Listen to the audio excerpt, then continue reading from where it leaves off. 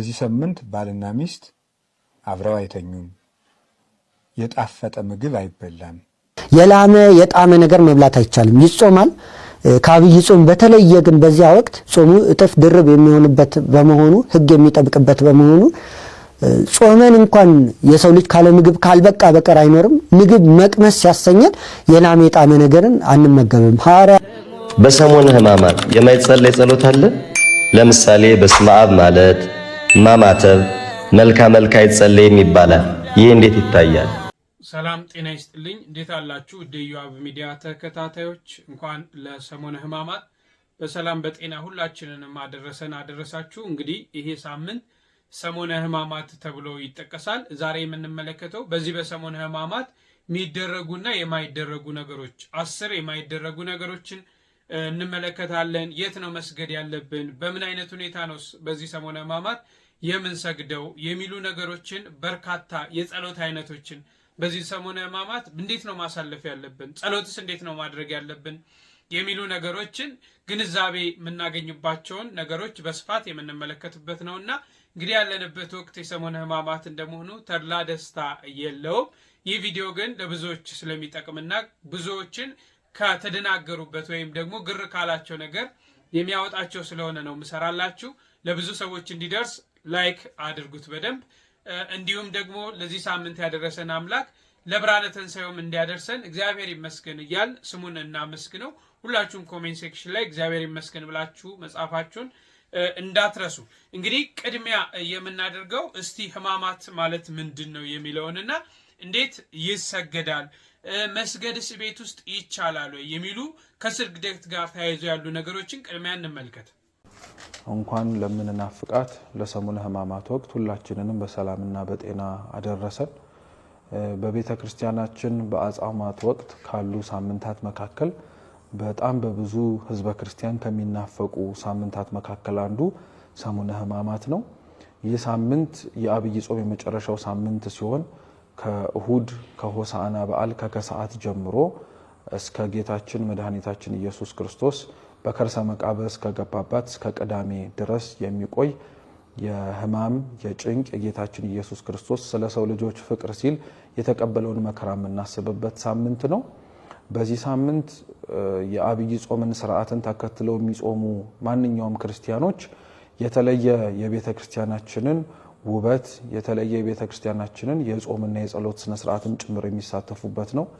ከበፊቱ በተለየ መልኩ አብዝተን የምንሰግድበት፣ ከበፊቱ በተለየ መልኩ ህዝበ ክርስቲያኖች ከቤተ ክርስቲያን ቅጽር ግቢ ሳይታጡ በየሰዓታቱ የሚደረገውን የግብረ ሕማማት ምንባባት፣ ጸሎቶች፣ ስግደቶች ሳይወጡ የሚሳተፉበት ጌታችን ኢየሱስ ክርስቶስ እኛን ለማዳን የተሳተፈውን ይህንን መከራ እነሱም ወደ ቤተ ክርስቲያን ገብተው እርሱ ከሙታን መካከል ተነሳ የሚለውን አዋጅ እስኪሰሙ ድረስ ከምግብ ከመጠጥ ከበፊቱ በተለየ መልኩ ራሳቸውን በደንብ ከልክለው ከጌታችን ትንሣኤ ጋር አብሮ ለመነሳት የሚያሳልፉት የተለየ ሳምንት ነው።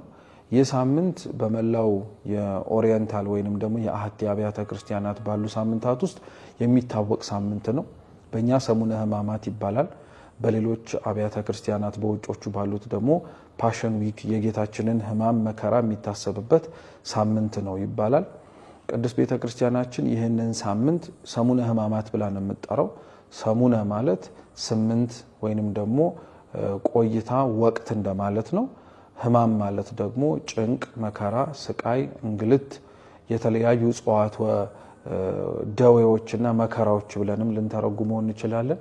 በሰሙነ ሕማማትም ወቅት የጌታችን ኢየሱስ ክርስቶስ ሕማሙ ጭንቁ የተቀበለው መከራም ጭምር የሚታሰብበት ነው። በእርግጥ መድኃኒታችን ኢየሱስ ክርስቶስ መከራውን መቀበል የጀመረው በዚህ ሳምንት አይደለም። የአምላካችን ኢየሱስ ክርስቶስ መከራ የጀመረው አስቆሮታዊ ይሁዳን እንደሚሸጠው እያወቀ እንደሚከዳው እያወቀ ተምሮ ማድረግ የሚጠበቅበትን ነገር በሙሉ አድርጎለት፣ ነገር ግን በመዝሙር 40 ላይ እንደተናገረው እንጀራዬን የበላ ተረከዙን በእኔ ላይ ያነሳ እንዳለው ያንን ሁሉ ተደርጎለት እንዳልተደረገለት ሆኖ እንደሚክደው እያወቀ ያስገባው ቀን ነው። የጌታችን በነገራችን ላይ የይሁዳን እንደሚሸጠው እያወቀ መምረጡ በጣም የሚደንቅ ነገር ነው። ለይሁዳ ያደረገው ምህረት በነገራችን ላይ ለኛ ያደረገው ምህረት ነው። እንደምንክደው ያወቀ ትላንትና ታማኝ የሆንለት ሰዎች ነገ ጀርባችንን አዙረን እንደምንክደውና አሻፈረኝ ብለን ለተለያየ ጥቅማ ጥቅም ይሁዳ በገንዘብ እንደታለለው ሁሉ በገንዘብ ይሁን በሌላ ነገር እንደምንታለል ያወቀ አምላካችን ማቆየቱ ለይሁዳ ያሳየው ትዕግስት ለኛም ያሳየው ነው። ይሁዳን በቻለበት መልኩ እኛን የሚችልበት ነው።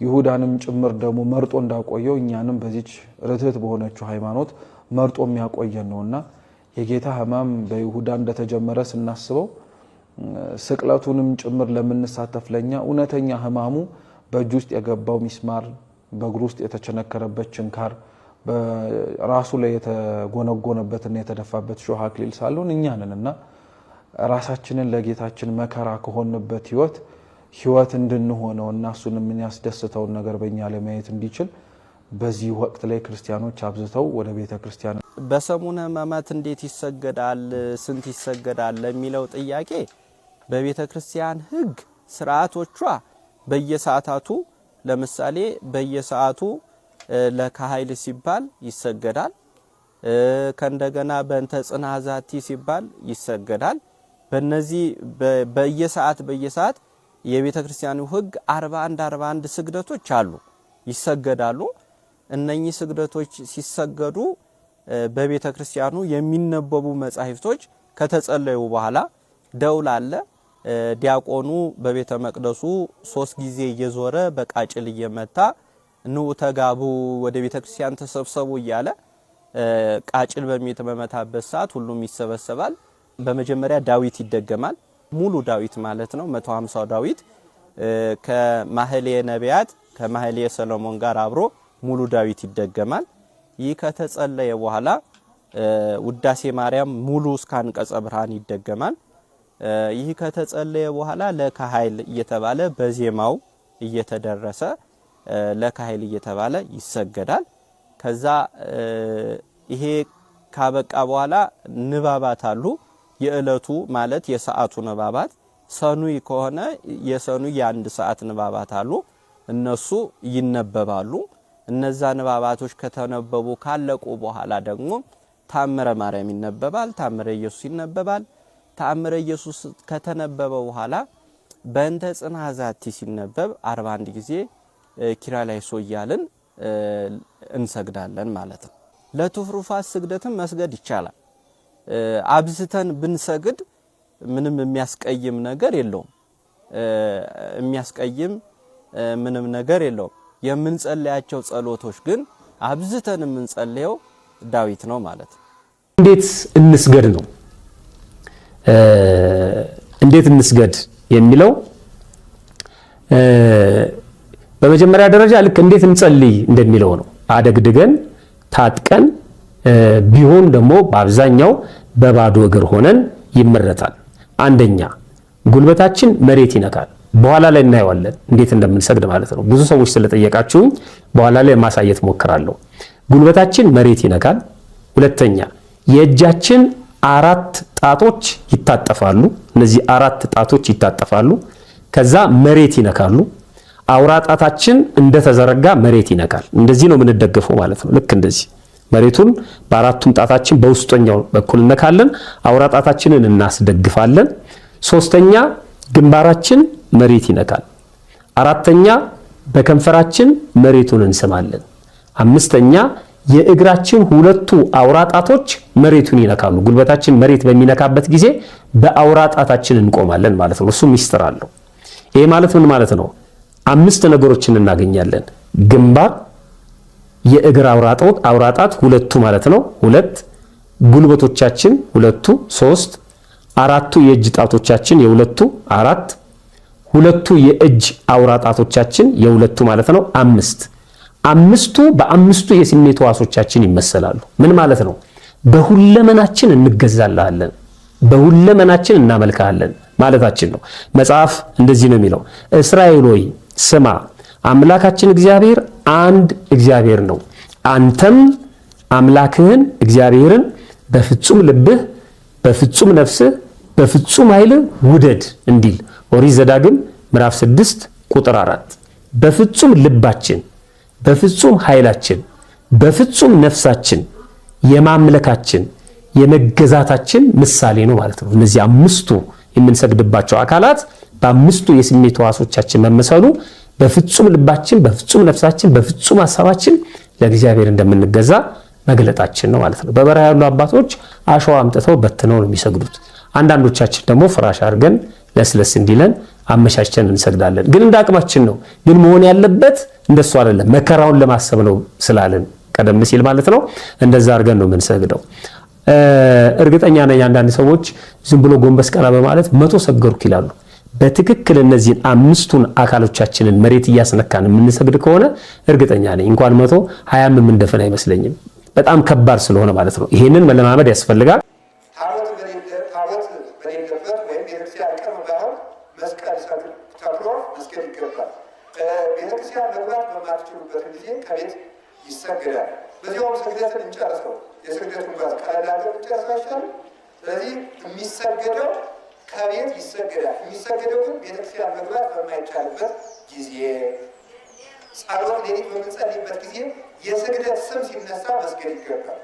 እሰግድ የሚል እሰግዳለሁ ሲነሳ ይሰገዳል። ክፉ ሀሳብ በጸሎት ጊዜ በሚነሳበት ጊዜ ይሰገዳል። ስለዚህ ስግደት የሚሰገደው ከቤት የሚሰገደው መግባት በማይቻልበት ጊዜ ከቤት ውስጥ ይሰገዳል። ቤት ባይኖር በረሃ ላይ መስቀል ሰግዶ መስቀል ተክሎ መስገድ ይገባል። መስቀል ሳይተክሉ ቢሰግዱ ግን ሰይጣን ስግደቱ የኔ ነው እያለ ይከራከራል። ስግደቱ ለእኔ ነው የምሰግደው እያለ እየተከራከረ ዕዳ ይጨምርበታልና ፍትወት ይጨምርበታልና መስቀል ተክሎ መስገድ ይገባል። ያዕቆብ በትሩን አመሳቅሎ እጅ ነሳ እንደነበረ ማለት ነው። እሺ በስፋት እንደተመለከታችሁት ነው። በሰሙነ ሕማማት ውስጥ በምን አይነት ሁኔታ ውስጥ እንደምንሰግድ በየጸሎት ሰዓቱ ስንት ስግደት እንዳለና እንዴት መስገድ እንዳለብን ከነ ተግባሩ በስፋት ተመልክተናል። እቤት ውስጥ ስግደት መስገድ ይቻላል ወይ የሚለው ነገሩን አባታችን አባ ገብረ ኪዳን በሰፊው እንዴት ቤት ውስጥ በምን አይነት ሁኔታ ውስጥ ሆነን መስገድ እንዳለብን በስፋት ተናግረዋልና እግዚአብሔር አምላክ ለሁሉም መምህራኖቻችን ቃለ ሕይወትን ያሰማልን። ሌላው በዚህ ሳምንት የማይደረጉ ነገሮች ምንድን ናቸው? በዚህ ሳምንት ባልና ሚስት አብረው አይተኙም። የጣፈጠ ምግብ አይበላም። ቢቻል የጨው ቂጣ፣ ባይቻልም ሰው ሁሉ እንዳቅሙ ጥሩ ውሃ ብቻ በመጠጣት ወይን የሚያሰክር መጠጥ፣ ጣፋጭ መጠጥ ባለመጠጣት፣ ምቹ ቦታ ላይ ባለመተኛት፣ ስጋዊ ጨዋታዎችን፣ ቀልዶችን ሁሉ በማስወገድ ዘፈን፣ ጨዋታ፣ ድልቂያ፣ ተድላ ደስታ። በሕማማት የተደሰተ ሰው በትንሣኤ ሊያለቅስ ይገባዋል ይላሉ 318ቱ ሊቃውንት በፍትሐ ነገሥት ሲናገሩ። ድግስ የለም በዚህ ሳምንት። ይህን ሁሉ አስበን ከጌታ ጋር የምንታመምበት ሳምንት ነው። ከክርስቶስ ጋር የታመመ ሰው ከክርስቶስ ጋር ይነሳልና እነዚህ ሕማማትም ለእኛ ክብሮቻችን ናቸው። የላመ የጣመ ነገር መብላት አይቻልም። ይጾማል። ከአብይ ጾም በተለየ ግን በዚያ ወቅት ጾሙ እጥፍ ድርብ የሚሆንበት በመሆኑ ሕግ የሚጠብቅበት በመሆኑ ጾመን እንኳን የሰው ልጅ ካለ ምግብ ካልበቃ በቀር አይኖርም። ምግብ መቅመስ ሲያሰኘን የላመ የጣመ ነገርን አንመገብም። ሐዋርያት እንደሚያዙት እንጀራ በጨው ወይም ዳቦ በጨውን ብቻ እንድንመገብ ነው ምግብ ሲያሰኘን ጾመን ቀኑን ሙሉ የቻለ ቀኑ ሙሉ ፀሐይ እስክትጠልቅ ድረስ ፍትሐ ነገሥቱም እስከ 13ኛው ሰዓት ድረስ ይላል። በዚህ ወቅት የጌታን ፍጹም መከራውን መራቡን መጠማቱን እያሰበ አንድ ሰው እስከዚያ ድረስ ይጹም። ሐዋርያት እንደውም በየሁለት ቀኑ ከሐዋርያት በኋላም የተተኩ አበው በየሁለት ቀኑ ነበረ የሚቀምሱት። ያንን ያላመ ያልጣመውን ምግብ እንኳን በየሁለት ቀኑ ነበረ በሰሙነ ሕማማት እየጠበቁ በየዓመቱ የሚጾሙት የሚያከብሩት። እሱንም ቆሎ የመሳሰለውን ነው የሚበሉት እንጂ የላመ የጣመ ነገር አይበሉም ነበረ። ስለዚህ እኛም የቻለ እስከ ፀሐይ ግባት ድረስ ያልቻለ ግን እስከ 9 ሰዓት ግዴታው ነው እየጾመ እየጸለየ ሊቆይ። እንደው በትንሹ እስከ 11 እስከ 12 መጾም ግን ለክርስቲያን ይገባዋል። አብይ ጾምን እስከ 9 ጾሞ ሕማማትን ከፍ አድርጎ መጾም የሚገባው ነውና በዚህ ወቅት እንደውም የላመ የጣመ ምግብ መብላት ከጌታችን ሕማም መንፈስ ወይም ከሐዘን ወጥቶ በደስታ መኖርን የሚያመለክት ሰውነትን ማስደሰት ነው እና የተከለከለ መሆኑ ለዚህ ነው። አዎ የጣመ የላመ ነገር በዚህ ሳምንት አይበላም። ባልና ሚስት በዚህ ሳምንት ግንኙነት ማድረግ አይችልም። ሰፊውን ነገር ደግሞ መምህራኖቻችን ገልጸዋል። እነዚህን ነገሮች በስርዓት መተግበር አለብን። ምክንያቱም አሁን ያለንበት ወቅት ጌታን ሕማም የምናስብበት፣ መከራውን የምናስብበት፣ ችግሩን የምናስብበት ስለሆነ ከዚህ መከራ ጋር ክርስቶስ ከደመረን፣ ከዚህ መከራ ጋር ራሳችንን ካስተሳሰርን በትንሣኤው ደግሞ ከመከራው ድነን እንነሳለን፣ ከትንሣኤው ጋር እንተባበራለንና እነዚህ ነገሮች ማድረግ የለብንም። እሺ፣ በዚህ በሰሞነ ሕማማት ጠቅለል አድርገን ምን አይነት ወቅት ነው ይሄ ሰሞነ ሕማማት? በምን አይነት ሁኔታ ውስጥ ነው ማሳለፍ ያለብን? ራሳችንንስ ለምንድን ነው ማስገዛት ያለብን የሚለውን እንመልከት። በዚህ ሳምንት እኛ ልናደርገው የሚገባ ምንድን ነው ሲባል ራሱን ለሰጠን ጌታ ራስን መስጠት ነው። ከእግር ጥፍር እስከ ራስ ጠጉር ያሉ ሕዋሳትን ሁሉ ለእግዚአብሔር የምናስረክብበት ሳምንት ነው። በሕማማት ክርስቲያኖች ምን ያደርጋሉ ሲባል ራሳቸውን ለሰጣቸው ጌታ ራሳቸውን ይሰጣሉ። በዓይናቸው በጎ ነገር ብቻ ከመመልከት ውጭ ለስጋ የሚሆን ነገርን ባለማየት፣ በጆሮ ለስጋ የሚሆን ነገር ባለመስማት፣ እግር ወደ ስጋዊ ነገር ባለመሄድ፣ አንደበት ስጋዊ ነገር ባለመናገር፣ ለሰውነታችን የሚገባውን ስጋዊ ጌጥ ከመጠን በላይ መታጠብ፣ ሰውነትን መንከባከብ፣ በምቾት ስፍራ ላይ መኖር፣ ለሰውነት ምግብ አጣፍጦ ማቅረብ፣ ዋዛ ፈዛዛ፣ ጨዋታ፣ እንዲህ ያሉ ነገሮችን ሁሉ ትተን ራሱን ለሕማም ለሞት ለእኛ ብሎ አሳልፎ ለሰጠ ጌታ ራሳችን መስጠትን የምናደርግበት የምናሳይበት የስጦታ ሳምንት ነው። የምንሰግድበት የምንጸልይበት ምዕመናን በቤተክርስቲያን ተገኝተው ቀኑን ሙሉ ሲሰግዱ የሚውሉት በእኛ ስግደት ኃጢአታችን ይደመሰስልናል ብለን አይደለም፣ የእኛ ስራ ያጸድቅናል ብለን አይደለም። የምናደርገው ራሳችን ለመስጠት ለእኔ ብለህ ወደቅህ ሆይ እኔ ትቢያ ልሁንልህ፣ ለእኔ ብለህ ተደፋህ ሆይ እኔ ልደፋልህ፣ ለእኔ ብለህ ተገረፍክ ወይ እኔ ልገረፍልህ ብለን ራሳችን ለጌታ ፍቅር የምናሳይበት ሳምንት። ሁልጊዜም እናሳያለን፣ ግን ዕለቱን ለማሳመን ነው እንጂ ክርስቲያን ኑሮው ሁሉ በክርስቶስ ፍቅር የታሰረ ነው እንጂ ዓመቱን ሙሉ ክርስቶስን ትተን በሳምንቱ የክርስቶስ የምንሆን አይደለንም። ይበልጥ ደግሞ በዓል ወስነን የምናሳይበት የምንገልጥበት ያቺ ቀን የማትረሳ መሆኗን የምናሳይበት ጊዜ ነው ማለት ነው። በዚህ ሳምንት ባልና ሚስት አብረው አይተኙም። የጣፈጠ ምግብ አይበላም። ቢቻል የጨው ቂጣ፣ ባይቻልም ሰው ሁሉ እንዳቅሙ ጥሩ ውሃ ብቻ በመጠጣት ወይን የሚያሰክር መጠጥ፣ ጣፋጭ መጠጥ ባለመጠጣት፣ ምቹ ቦታ ላይ ባለመተኛት፣ ስጋዊ ጨዋታዎችን፣ ቀልዶችን ሁሉ በማስወገድ ዘፈን፣ ጨዋታ፣ ድልቂያ፣ ተድላ ደስታ። በሕማማት የተደሰተ ሰው በትንሣኤ ሊያለቅስ ይገባዋል ይላሉ 318ቱ ሊቃውንት በፍትሐ ነገሥት ሲናገሩ። ድግስ የለም በዚህ ሳምንት። ይህን ሁሉ አስበን ከጌታ ጋር የምንታመምበት ሳምንት ነው። ከክርስቶስ ጋር የታመመ ሰው ከክርስቶስ ጋር ይነሳልና። እነዚህ ሕማማትም ለእኛ ክብሮቻችን ናቸው። ቅዱስ ዮሐንስ አፈወርቅ እንደተናገረ ይትባረክ እግዚአብሔር ዘሰመየ ሕማማተ ወልዱ ክብረ ወስብሃተ። የልጁን ሕመም ለእኛ ክብር ያደረገ እግዚአብሔር ይመስገን ይላል። የልጁን ሕማም መከራ ለእኛ ክብር ያደረገ እግዚአብሔር ይመስገን። እነዚህ ሕማማት ለእኛ ፈውስና መድኃኒት ናቸው። ወተወክፈ ሕማማተ እንተምሉ መድኃኒተ።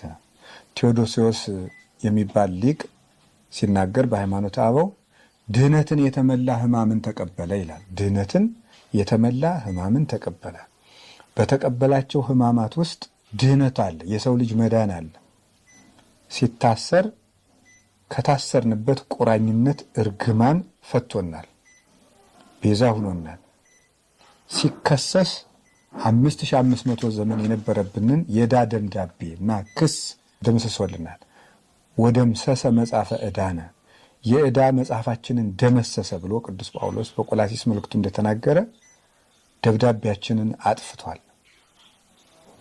የአይሁድን ግርማ ወይም የሚያስፈራ የሚደነፋ ፊት በማየቱ የአጋንንትን ፊት ላየንበት ዓይናችን ቤዛ ሆኖልናል። የአይሁድን ይሰቀል ይሰቀል የሚል ድምፅ ስለሰማው ጆሮ የአጋንንትን ማስፈራራት የሰማንበትን ያንን ድምፅ ቤዛ ሆኖልናል። እሱ ስለተገረፈ በሕማም 5500 ዘመን በሞት የተገረፍነውን ግርፋታችንን አርቋል። ስለ መራቆቱ ከጸጋ ተገፈን የነበርነውን ወደ ጸጋ መልሶ የተጠመቃችሁ ሁሉ ክርስቶስን ለብሳችሁታል እንዳለ ቅዱስ ጳውሎስ በጥምቀት እሱን ለመልበስ አብቅቶናል። በመራቡ ምክንያት ቅዱስ ሥጋውን ክቡር ደሙን አጥግቦናል። ተጠምቶ ሐሞት እንደጠጣ ለእኛ መራራ ሞትን አርቆልናል። ስለተቸነከረ ተቸንክረንበት የነበረውን የሞትን ችንካር የሞትን መውጊያ ሰብሮልናል። ሞት ሆይ መውጊያ ወዴት አለ ያለው ቅዱስ ጳውሎስ ለዚህ ነው። የሾህ አክሊል በመድፋቱ አዳም ሆይ መሬት ካንተ የተነሳ የተረገመች ትሁን፣ እሾህና አሜከላ ይብቀልብህ ተብሎ ተረግሞ ነበረ። መሬት የተባለ ሰውነታችን ነው። እሾህ የተባለ በእኛ ላይ የሰለጠነብን ኃጢአት ነው። በራሱ ላይ የሾህ አክሊል በመድፋቱ ጌታ መድኃኔ ዓለም ኢየሱስ ክርስቶስ በእኛ ላይ የነበረውን እሾህ ነቃቅሎ ያጠፋ ዘንድ የኃጢአትን ስልጣንም ድል ይነሳ ዘንድ የሾህ አክሊል ደፍቶልናል። በመሰቀሉ ሞትን ሰቅሎታል፣ ቸንክሮታል፣ ድል ነስቶታል፣ ጥልን አጥፍቷል። በምድርና በሰማያት በአባቱና በእኛ በራሱ በእኛ በመንፈስ ቅዱስና በእኛ በሰውና በመላእክት የነበረውን በሕዝብና በአሕዛብ የነበረውን የጥል ግድግዳ አፍርሶ እርቅን ሰጥቷል። ውእቱ ሰላምነ ወነሰተ አረፍተ ማእከል። እሱ በመካከላችን የነበረውን የጥል ግድግዳ አፍርሷል፣ ሰላማችን ነውና ይላል ቅዱስ ጳውሎስ ኤፌሶን ምዕራፍ 2 ቁጥር 14 ላይ ሲናገር። ስለዚህ ሰላም የሰጠን መድኃኔ ዓለም የእሱን ሕማም የምናስብበት ጊዜ ነው። ስለዚህ በዚህ ሳምንት ቤተ ክርስቲያን በመሄድ ግብረ ሕማማትን በማዳመጥ ስግደት በመስገድ ስጋዊ ፍቶቶቻችንን በማረም ከጌታ ጋር የምንሰነበትበት ሳምንት ነው። እሺ፣ በስፋት በጣም ደስ በሚገባን ቋንቋ ነው አባታችን የገለጹት። እሳቸው ላይ ምንም አይጨመርም። መጨመር ድፍረት እንደ ድፍረት ስለሚቆጠርም በደንብ እንዳደመጣችኋቸው ተስፋ አደርጋለሁ። በደንብም ካላደመጣችሁ እየተመለሳችሁ በደንብ ስሙት። እሺ፣ የጸሎት አይነቶችስ የሚለውን ደግሞ ግዴታ ጸሎት እጅግ አስፈላጊ ነገር ስለሆነ በዚህ ሳምንት ምን አይነት ጸሎት ነው፣ እንዴት ነው መጸለይ ያለብን? ቤተክርስቲያን በዚህ ጉዳይ ምን ትላለች? በሰሞነ ሕማማት የሚጸለየው ጸሎት ምንድን ነው የሚል ጥያቄ ደረሰኝና እስቲ ለእናንተ ላካፍላችሁ ብዬ ነው። ሰላም እንዴት ናችሁ? እኔ ዲያቆን አብርሃም ነኝ። ስለ ሰሞነ ሕማማት እናውራ። ሕማማት ማለት ሕማም ከሚለው ግስ የወጣ ነው። መከራን፣ ስቃይን ነው። የጌታችን የመድኃኒታችን የኢየሱስ ክርስቶስን ሕማምና ስቃይ መከራውን ለእኛ ያደረገውን ዋጋ የምንመለከትበት ወይም የምናስብበት ወቅት ነው። ከሰኞ እስከ አርብ ያለው ጊዜ የፊታችን ሰኞ እስከ አርብ ያለው ጊዜ የጌታችን የመድኃኒታችን የኢየሱስ ክርስቶስን ሕማም የምናስብበት ጊዜ ነው። በዚህ ወቅት የሚደረጉ ጸሎቶች ምንድን ናቸው የሚል ጥያቄዎች መጥተዋል። መልኮች ይደገማሉ ወይ? ይደገማሉ። መልኮች ይደገማሉ። ውዳሴ ማርያምም አይቋረጥም፣ ዳዊትም አይቋረጥም። ምክንያቱም ነገረ ድኅነት ተፈጽሟል። ይሄ ወደኋላ ሄደን የምናስብበት ነው እንጂ የሚቋረጥ ጸሎት የለም። ሁሉም ጸሎቶች ይደረጋሉ። ሰላምታ የሚባሉ ጸሎቶችም ሳይቀሩ ይደረጋሉ።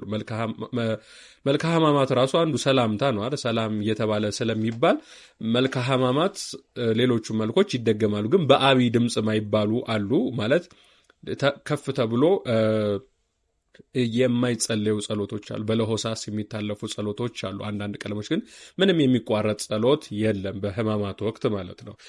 ስለ ስግደት ስናወራ ይሄ በአበይት በዓላት ወይም ይሄ እነዚህ ግዝት በዓላት ላይ የእመቤታችን በ29 የቅዱስ ሚካኤል እና ቅዳሜና እሁድን ጨምሮ እንዳሉ እንደዚህ ያለ በዓላት በሰሞነ ሕማማት ወቅት ቢገቡ ይሰገዳሉ ወይ?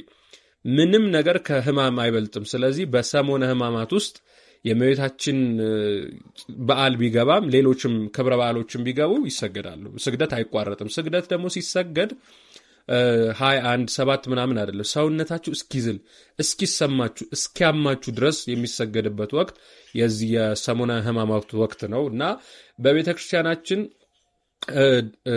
ግብረ ሕማማት የሚባል ትልቅ መጽሐፍ አለ። ከነቢያት ከነ ኢሳያስ ከተለያዩ መጽሐፎች ተወጣጥቶ ከብዙ ሊቃውንት መጽሐፍ ተወጣጥቶ የሚጸለይ ጸሎት ነው እና 24 ሰዓት ነው ጸሎቱ፣ አይቋረጥም። በተቻለ መጠን አንድ ክርስቲያን የዚህን የሕማማት ወቅት ላይ ሄዶ መሳተፍ በጣም ተገቢ ነው። ማቋረጥ ፈጽሞ ክልክል ነው። ቢያንስ 1 ሰዓትም 2 ሰዓትም ተሆን ቤተክርስቲያን ሄዶ ይህን የሕማሙን ነገር ሰምቶ በቀን ውስጥ የሕማሙን ነገር አስቦ መምጣት።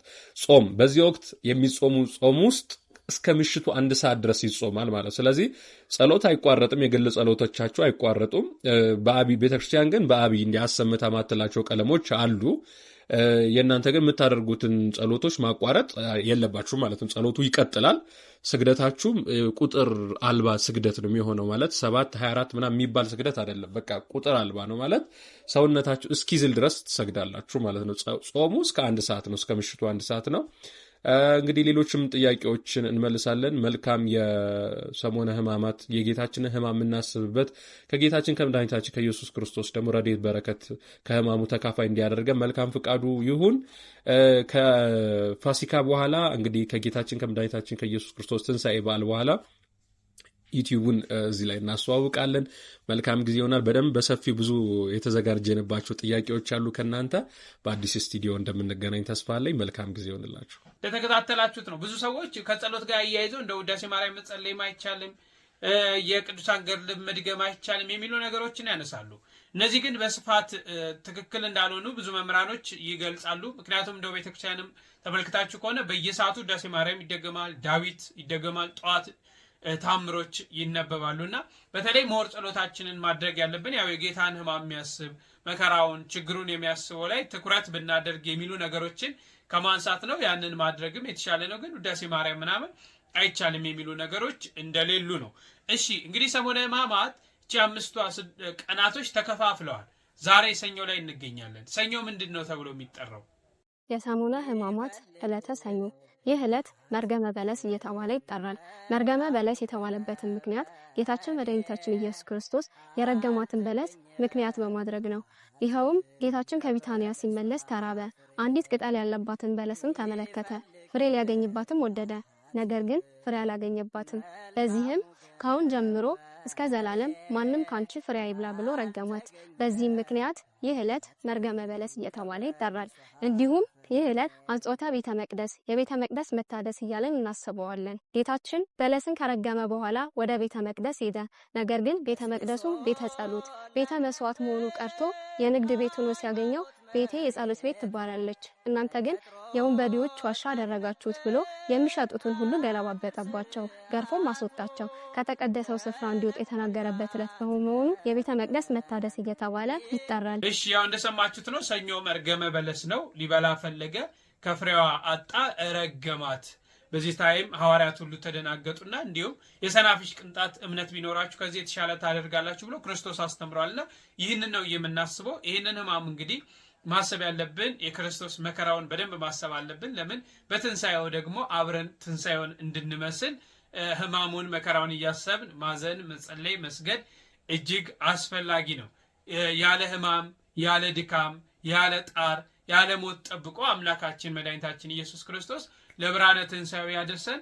እንበለ ደዌ ወሕማም እንበለ ጻማ ወድካም አመ ከመ ዮም ያብጽሐኒ ያብጽሕክሙ እግዚአብሔር በፍስሐ ወሰላም ለብርሃነ ትንሣኤ ሁላችንን የሚያደርሰን። በሌላ መረጃ እስክንገናኝ ቸርን ሰንብት።